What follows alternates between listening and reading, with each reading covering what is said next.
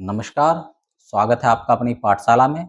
और आज हम पाठशाला में एक ऐसे छात्र का एपिसोड लेके आए हैं, जिसने अपने जीवन में बहुत संघर्ष किया और संघर्षों में पला-बड़ा, छोटी-सी जगह से आया, बड़े सपने देखे और उसके पीछे उसकी अथक मेहनत, जुनून और धैर्य जो उसने उस सफलता पाने के लिए झोंक दिया।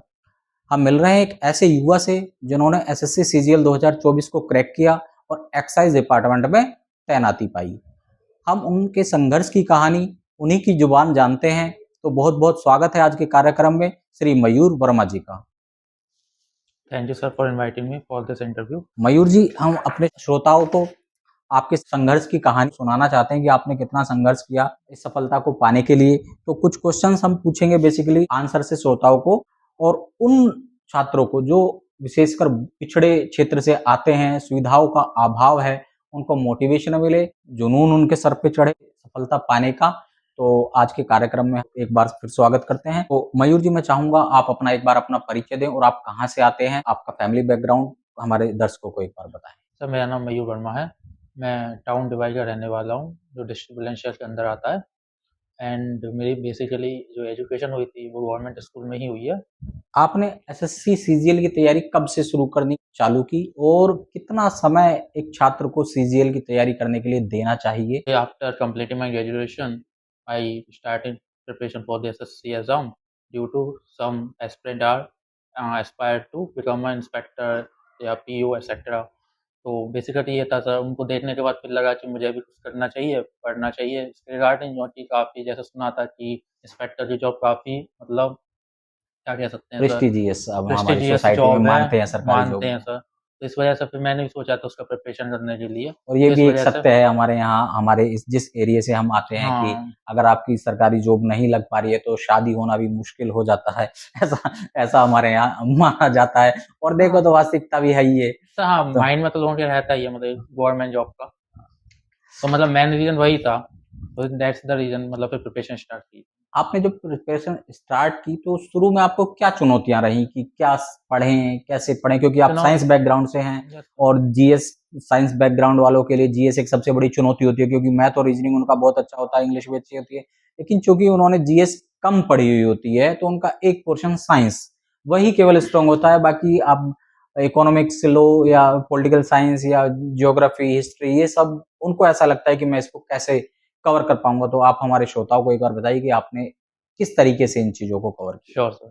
तो एक्चुअल में जब स्टार्टिंग में जब हम प्रिपरेशन स्टार्ट करते हैं, चाहे मैथ हो, चाहे रीज़निंग हो, इवन दो इंग्लिश भी हो, स्टार्टिंग में जैसे हम बेसिस से ही सॉल्व करते हैं क्वेश्चंस, लेकिन जब कॉम्पिटिशन की प्रिपरेशन में आते हैं, तो वहाँ पे आपको कम टाइम में क्वेश्चन सही करने होते हैं विद परफेक्ट एक्यूरेसी के साथ, ठीक है? तो उसके लिए भी सर कुछ हर्डल्स तो रहते ही हैं कि कैसे आप उसको टैकल करोगे। तो उसके लिए मैंने फिर यूट्यूब का सहारा लिया था, यूट्यूब से वीडियो वगैरह देखी थी, जिसके थ्रू मैंने चीज़ें सीखी कि कैसे कौन से क्वेश्चन को करने की क्या अप्रोच लगानी चाहिए और क्या कैसे हैंडल करना चाहिए। और वो बेसिकली जीके के लिए सर मैंने लूसेंट ही स्टार्ट किया था पहले पढ़ना। उसके बाद फिर धीरे-धीरे यूट्यूब वीडियो के थ्रू जो टॉपिक मुझे समझ नहीं आ रहा है, उसके थ्रू मैंने वहाँ से अपना पढ़ना स्टार्ट किया था। आप इंग्लिश को कितना महत्व देंगे? क्योंकि जो हमारे पिछड़े हुए क्षेत्र के बच्चे हैं, या मैं कहूँ जो गाँवों के प्राइमरी स्कूल और सरकारी स्कूल से पढ़ रहे हैं, तो कहीं न कहीं मैं मानता हूँ कि वो लोग इंग्लिश के प्रति उनका थोड़ा ये हौवा उनके दिमाग में एक बना रहता है, कहूँ मैं, कि उन लोगों को इंग्लिश में परेशानियाँ आती हैं।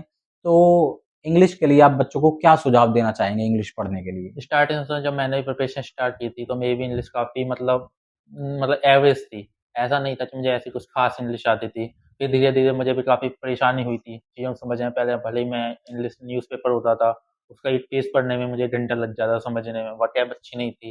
रीज़न ये भी था, और कुछ ये था कि हिंदी मीडियम से थे, गवर्नमेंट स्कूल से पढ़े हुए, तो अब आपको पता ही है कि वहाँ का मतलब एजुकेशंस कैसी होती है। हुँ। तो फिर इस चीज़ में सब मेहनत करी, धीरे-धीरे वर्कैप पढ़ी, सेंटेंस स्ट्रक्चर देखा, न्यूज़पेपर पढ़े, फिर कुछ पॉडकास्ट भी सुने थे सर, जिससे तुम एक बेसिकली उस एनवायरनमेंट में आ जाते हो कि चीज़ें फिर धीरे-धीरे समझ में आने लगती हैं। उसके लिए मतलब सर एफर्ट्स तो मारना ही पड़ता है, बिना एफर्ट्स के सर कुछ हो भी नहीं पाता है। अच्छा, मैं अपने श्रोताओं को बताना चाहूँगा, मयूर वर्मा जी इससे पहले रक्षा मंत्रालय के विभाग में कार्यरत थे और ये उनका दूसरा सिलेक्शन है अभी, सेकंड जॉब के लिए उनका सिलेक्शन हुआ है।